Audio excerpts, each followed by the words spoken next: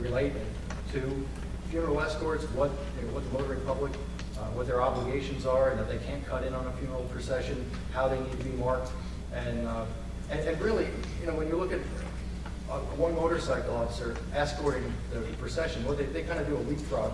They try to run ahead, clear an intersection to let the lead cars go through. They stay there for a little bit just to hold that intersection, and then they move ahead. The entire tail end of that funeral basically is then going through uncontrolled.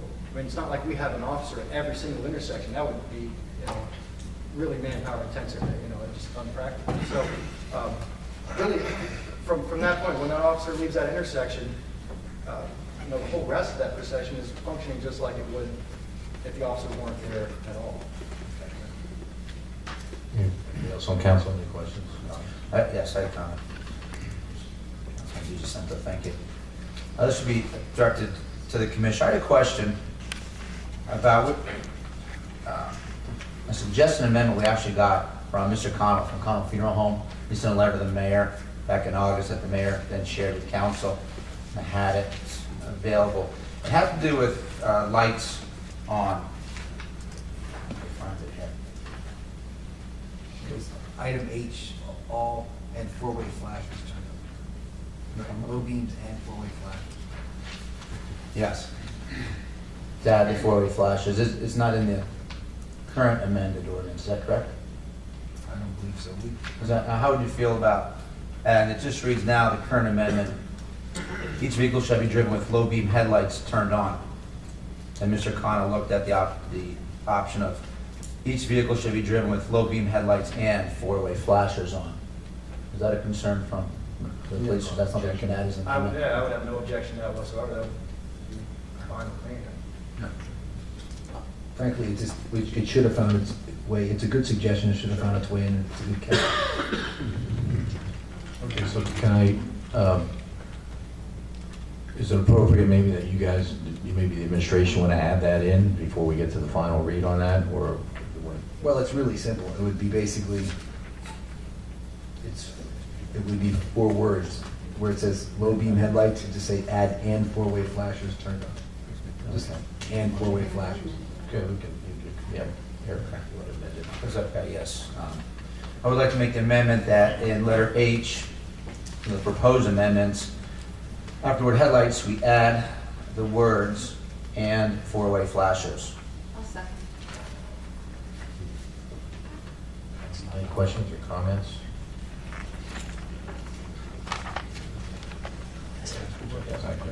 Okay, we're just going to vote now just on the amendment side of it, okay? Mrs. Belinsky. Aye. Ms. Dolan. Aye. Mr. Evans. Aye. Mr. Mallett. Aye. Mr. Reynolds. Aye. Mr. DiGiacinto. Aye. Okay. Yeah. Would like to now vote on the ordinance as amended. Mrs. Belinsky. Aye. Ms. Dolan. Aye. Mr. Evans. Aye. Mr. Mallett. Aye. Mr. Reynolds. Aye. Mr. DiGiacinto. Aye. Okay. Yeah, this will, yeah, okay, thank you very much. Yeah, this will still be listed, if anyone's forgotten what I said earlier, on the December 21st agenda. Bill number 40, 2011, establishing Article 1501, fire safety and code enforcement inspection fees.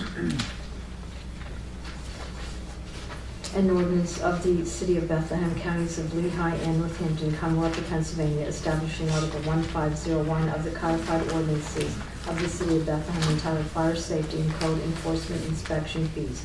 The Council of the City of Bethlehem ordains that Article 1509 entitled Fire Safety and Code Enforcement Inspection Fees, which reads as follows, shall be established to read as follows. 1501.01 Authority.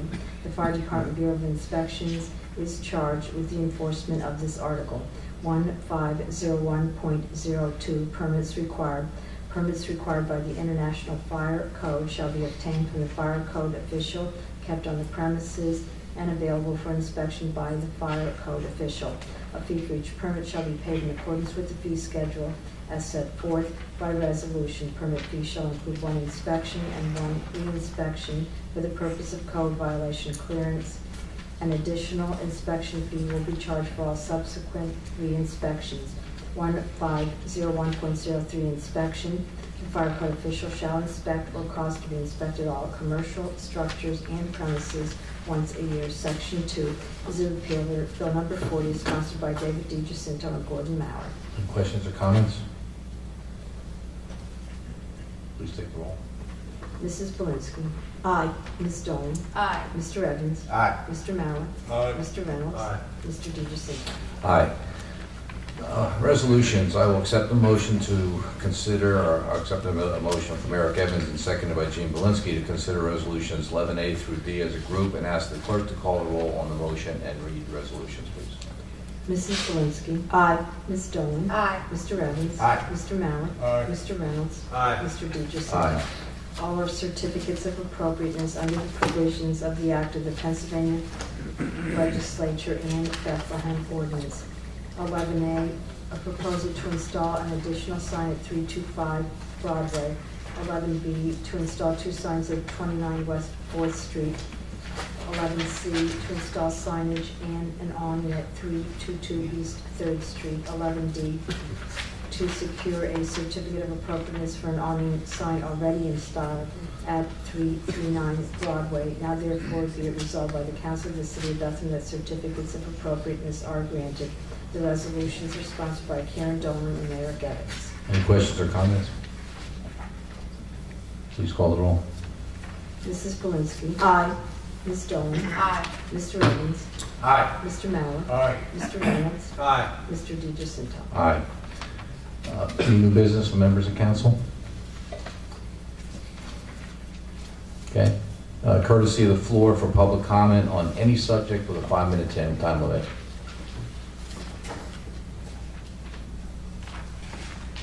Eddie?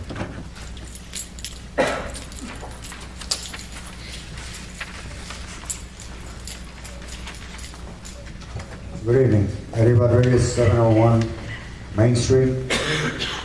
Yeah, I also reviewed something in my mind, you know, the average cost of a funeral being over the top of my head, about $7,000, Even more. even more, depending, on average.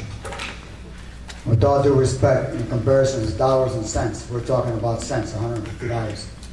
And the lower costs of between 150 to 600, $150 is peanuts. That's all said and done on that. Parking meters, cost of meters. I would appreciate, you know, that we don't want to lose customers, you know, at meters. So I would hope somehow that the parking authority would keep those costs lowered as much as possible. If you gotta raise them, but, you know, don't hurt us in the pocket. We're already suffering. Whenever I come up here, or when anybody else comes up here at the podium in council meetings, I would hope that nothing is taken personal. I wouldn't want it to reflect on anything that I said of police officers, though my opinion is still strong on what I had said in the previous meeting. But I have turned something into the commissioner with regards to a letter which I'm terminating everything with regards to anything stolen. And that should be on record. And this is what's gonna go on record on file. In regards to anything else, I'm done with that. Cameras, moving on, Pawnee and Dakota. I am asking the mayor and the commissioner, I know it's probably in the commissioner's hands, to have a camera installed. Gee whiz, give me a break on this. There's so much happening in this area. It's gotten tremendously out of hand. I'm simply requesting one lousy camera. These guys are getting away with producing a lot of drugs, possibly even making it in that immediate area. I don't know for sure, but I know that I turned in license plates, descriptions of individuals. I'm hoping that this is used to the police department's benefit to make sure something is done. I've been waiting 4 years that's enough time to somehow get a case against these individuals. They're right in plain sight carrying the drugs. So why is it, if you put that camera right there at Pawnee and Dakota, you'd be able to catch what I've been saying for the past 4 years. Left turn lane into McDonald's, the elimination of the left turn lane into McDonald's. Can I get some conversation in regards to that and some feedback, and also bringing back the parking, return to the northbound lane of Wyandotte Street. I know the mayor had talked about it. I would like to see something done in reference to that. I would allow, with all due respect, the remainder of 1 minute and 45 seconds, 42, that somehow you can allow the mayor to discuss this, and I won't say a word. The elimination of the left turn lane. Mr. Rodriguez, it's going to be, I think, on the next meeting agenda. Okay, so I can continue then. Okay, thank you. Now, Mr. Mayor, you're the man, you're the man. The extension of right turn arrows, which I have requested earlier at a different meeting. I guess it doesn't give, on the South 378, doesn't give enough time for motorists when they're piled up behind each other on the 378 right turn lane to have an advance notice as to whether to proceed in that lane, causing more congestion, and the congestion is caused because drivers are actually trying to move out of that lane, the left turn lane, into the right to proceed on South 378 up the hill. It is a problematic situation, and I would like to see another arrow installed there, again, leading the motorists an advance notice to at least have the proper lane to move into, and then that's all I got to say. Okay. Have a nice evening. Hasta la vista. Thank you. Anyone else? Mr. Pettit? I'm going to yield to Mr. Shire, and I will Okay. follow.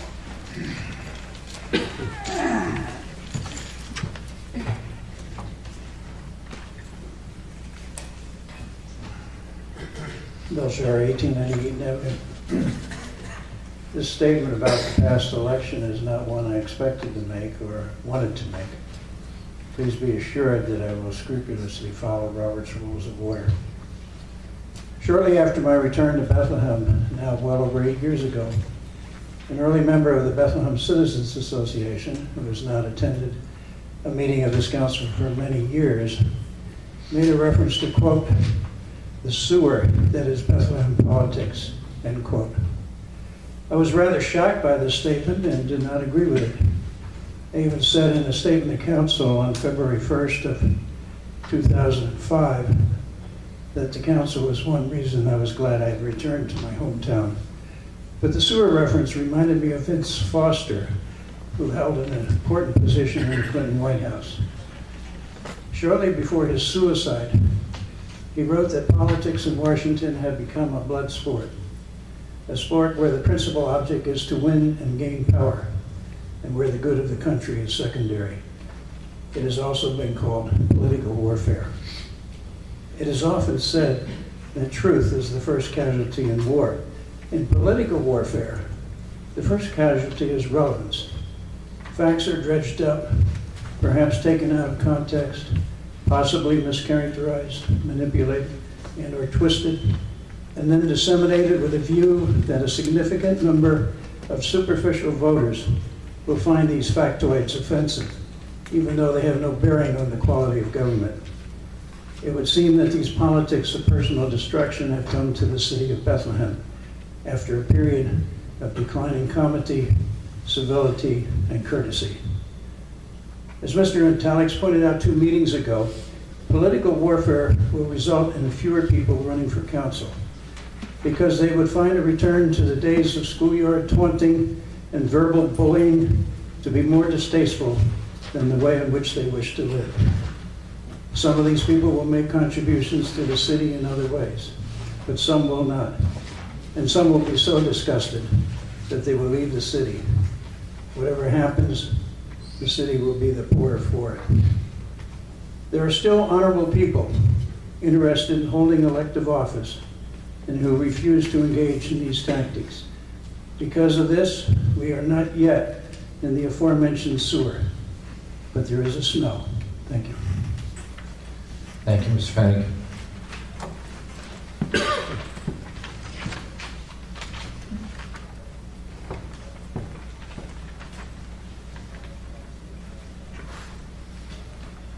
Representing 2830 Linden Street, a couple observations about the recently concluded council election.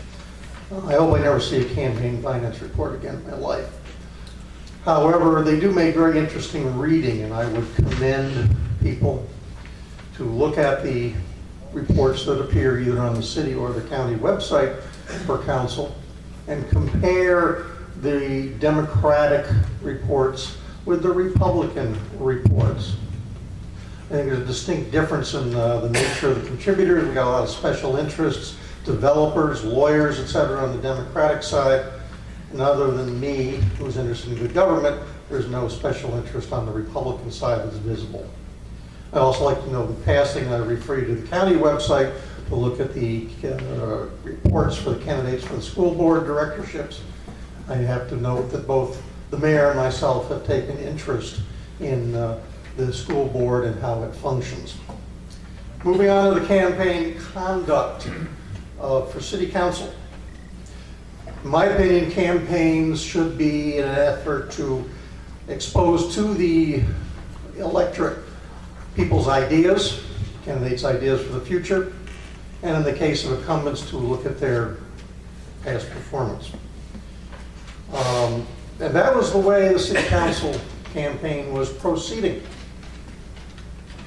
Was proceeding at a level which I would call the New York Times level. Up until last week in October, when we dropped down to the National Enquirer level. The chair of the city county Democratic Committee came forth with a revelation that one of the city council candidates had placed some photographs on the internet which were inappropriate in his position, in his opinion, showed poor judgment on the part of the candidate, and I think by inference said would blemish fine reputation of our city council. Let me take a look at those charges sort of in opposite order. Blemish. I doubt highly that anybody within the sound of my voice in this room goes around looking at adult websites, looking at pictures, but they would find that the pictures in question had no linkage directly to the individual, no name, no phone number, no web, no email address. It was only through diligent making assumptions and going through various things that the Democratic County Committee came up with this allegation. So I don't see how, in any way, shape, or form, council will be blemished. Looking at it from the point of view of poor judgment, back early this summer, you find folks passed a Human Rights Commission ordinance proposed by the administration. One of the protected classes in that ordinance were gay males who were seeking employment or were employed, were seeking public accommodation, etc. We're not back in the old 90s when we used to have the in search of ads in the newspapers. We now sometimes have to seek our friends and relationships online. It seems to be the more common way of doing things. So I don't think this is poor judgment. What the candidate didn't do is he didn't have thousands of dollars to run a background check on himself, as the Federal Elections Commission recently noted was done in a congressional election. So he got caught. Now let's look at what the candidate did. Did he avoid the issue? No. Did he deny it? No. He manned up and said, yes, those were my pictures.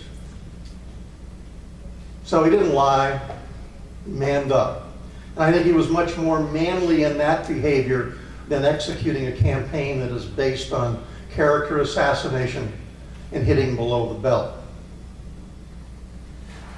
if in fact this style of campaigning, this nature of politics in the city of Bethlehem is the way we are moving towards the future, where the end justifies the means, and we win at all costs, if this is the future vision for this city that the current power structure has, I want to go officially on record that I do not like this vision. Thank you. Thank you. Anyone else? Mary?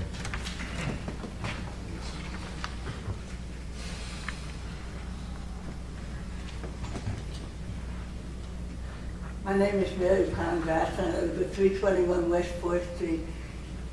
I'm slightly horrified about what's happening tonight. Do you mean to say that I, as a native, lifelong member of the city of Bethlehem, do not deserve the dignity of having a police escort without paying for it? That's an insult to the citizens of the city of Bethlehem.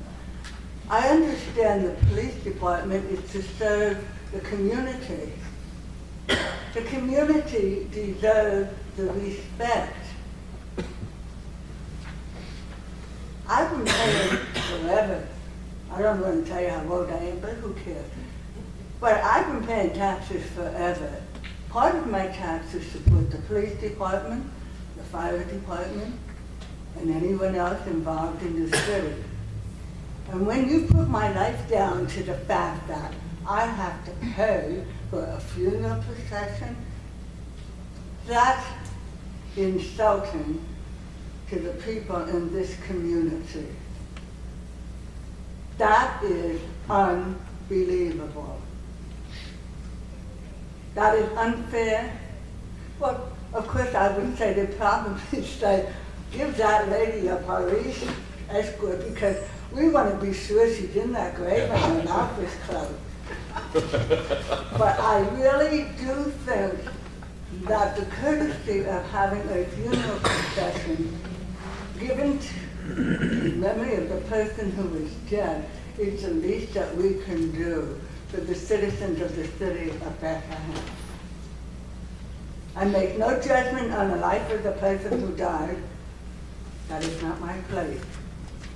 But somehow or other, the fact that you are saying it takes time, they go through the I drive every day and I see traffic violations every day of my life when I drive. Where are the police then? Can you answer that question? No, you cannot, because there is no answer. So the fact that we think so little of the people in this community that we have to pay for the privilege of having a police escort to our final resting place, is that not sad? You tell me I'm not worth a police escort unless I pay for it? Think about it. One other statement I made earlier today. It came to my mind last council meeting, when we were talking about the closing of the Dewberry Avenue fire station and making it into an emergency station. I'd like to ask this question. How many more heart attacks and medical problems are we called to provide service to and from a hospital as compared to how many fires do we have in the city of Bethlehem in a year? How many emergency calls do we have for heart attack, strokes, accident, as opposed to how many calls do we have yearly for fires? Think about it.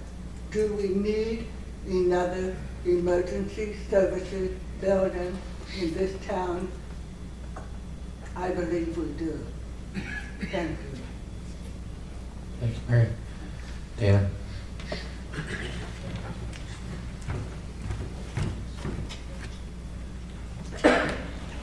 Dana grew up 2420 Henderson Place. I just want to make note that as I was seated back here, I looked down on the floor there's a cigarette butt laying on the carpet there. Not a particularly healthy habit to take up in the first place, but even more dangerous for somebody to be putting a cigarette butt out on the floor back here. Regarding the police escort, I think Pat Connell raised some important issues, and I think perhaps the fact that he had these questions, it might have been a good idea for this to have gone to committee. And I'm going to raise one or two others as I was sitting here listening to the discussion. What is a police escort? Is it one motorcycle? Is it two motorcycles? I've seen funeral processions with two motorcycles. Do we bill $150 for the funeral, or do we bill $150 per motorcycle? And then there's the issue, unfortunately, of Officer Laszlo, who was shot to death in Freemansburg, who had the benefit not of one motorcycle or two motorcycles, but every motorcycle in Bethlehem, quite a few other city police vehicles, and what should that funeral be billed? I generally believe that services, fees for services should reflect the cost of the service and should go to that specific service. But I think there were more issues and more questions to this overall situation that perhaps this may have merited some committee reviews so that these kinds of questions could have been addressed, a little more research been done, so that the perspective of the community could have been represented a little bit more on that particular issue. The other thing, just one additional thing, I thought it was interesting, I think it might have been somebody on council talked about the good times versus the bad times and city finances. I would suggest that even in the so-called good times, you should budget as if they were bad times so that the bad times don't become as bad as they actually become. The other thing I wanted to address was the council rules, and it was unclear to me in what came through. So I'm hoping perhaps somebody can address this at some point. But involving the vote for the president of council and the vice president of council by using the ballot election, and it references procedure 2 in accordance with Robert's Rules of Order. I've been told I wasn't able to attend the committee meetings, that this is going to be, this reflects a secret ballot. And I would strongly urge council to not head in that direction. I think that's a very, very poor decision. I think it's a very, very slippery slope. I think the public expects elected officials to make their votes in full view of the public. I think if you're concerned about making a vote in full view of the public, that perhaps maybe you shouldn't be on council. And it's got to be an open process, and I would hope the majority on council feel that way. If you feel strongly about who you would like to be your president and your vice president, I think you should have the intestinal fortitude to let the voters in Bethlehem know how you feel about that as well. Thank you. Anyone else? Steve?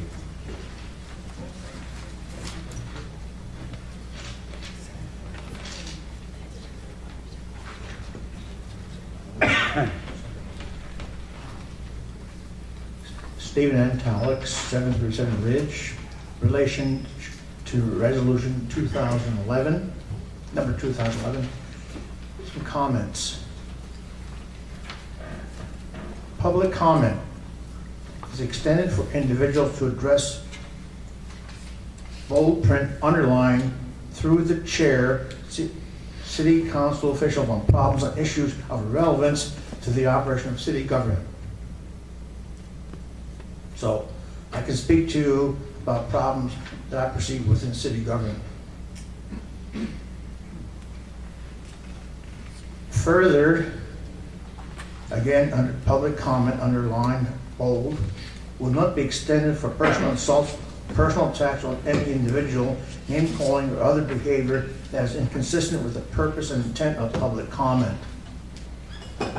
Now, if an individual at this podium speaking as a public commentor violates this section of the resolution, then it's up to the president of council to gavel them down and saying it's offensive or whatever. Let's extrapolate that to first statement. Each person here speaks through the chair about problems and issues of relevance to the operation of city government. If a person disagrees with what a previous citizen said and chooses to critique that or take exception, implying a personal attack, that can be construed to be a personal insult to the person who made the statement in the first place because they disagree. So if they disagree, that can be insulting to the person who makes a comment. So, based upon the first comment of public comment that issues of relevance to the operation of city government, if a citizen responds to that and is not offensive and not gavelled down, then I think no private citizen has a right to comment or editorialize on what they said or take umbrage or disagreement with it, which is insulting. So therefore, I strongly urge council, president of council, that when a citizen reflects on another citizen's comments, to be construed as insulting, to be gavelled down and address their comments to what is the purpose of public comment on problems and issues of relevance to the operation of the city. Am I clear here? We're following it. I had the Yes. pleasure of hearing it up front, so I... Okay, so I would suggest to protect the individual from insult. Secondly, when a citizen speaks to council and council then or administration responds after their comment, and I've heard this where the comment based upon a citizen's comment is not fair or incorrect or improper, it leaves an impression with the community that the administration or council is right. And the citizen has no rebuttal because they have only one chance to speak for public comment. So therefore, if anyone, council or the administration rebuts something that a citizen said, and the citizen feels they are right, and I've been in this position, I've heard other people also, where the comments are not fair, then the citizen should have the right for a 1-minute rebuttal. A 1-minute rebuttal to any comments made by council or the administration to set the record straight. And I think that is a courtesy that should be extended to anyone from the citizens who make a comment which is valid and they're attacked by an improper manner. Okay? Lastly, well, forget it. I can't say that 5, 4, 3, 2, 1, 0, unless you give me another minute. I'm done with you. Thank you very much. Tom?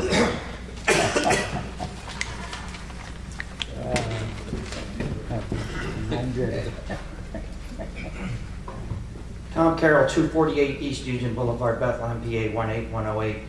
I have two concerns about your changing of your council rules that you have put forward and are going to be voting on in a couple of weeks.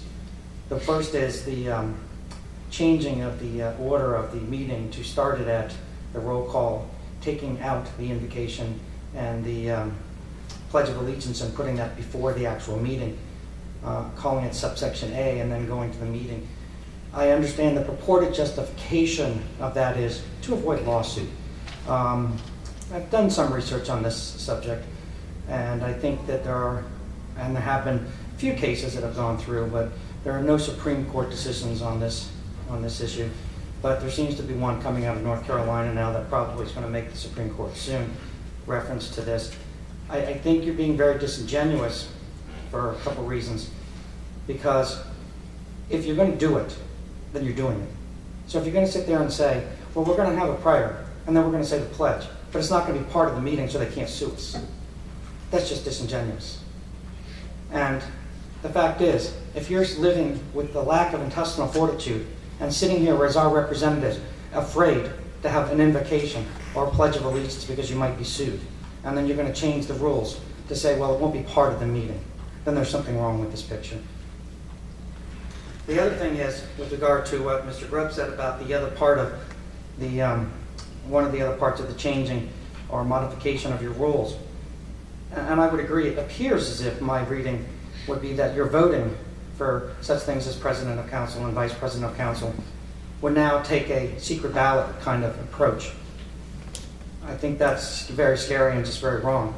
My question also would be, I think you have two other places where you vote for things such as if a council member would have to resign or leave, or if the mayor would somehow not be available to be mayor, the council would also vote to replace that council person or vote for interim mayor. Do those votes also follow that same pattern then under your new rules? Because those are two other areas that you will vote for the same thing. I think that Patrick Henry probably said it best, where the liberties of a people never were nor ever will be secure when the transactions of their rulers may be concealed from them. You need to have the intestinal fortitude to vote in public for who you want to represent you, either to replace a council member or to serve as president of council or vice president of council, or perhaps if you're voting for interim mayor. And the other thing is, you need to stop playing the shenanigans with the semantics of protecting us from lawsuit when your real agenda is to remove the American traditions from us. And I will just note that every session of Congress since the very beginning of this nation, and you can shake your head all you like, Ms. Dolan, but the salary of... Tom, please. She can sit here and disrespect me when I'm speaking in that way. That's not... Every session of Congress since the beginning of this nation has begun with a prayer, paid for by the taxpayers. Thank you. Anyone else?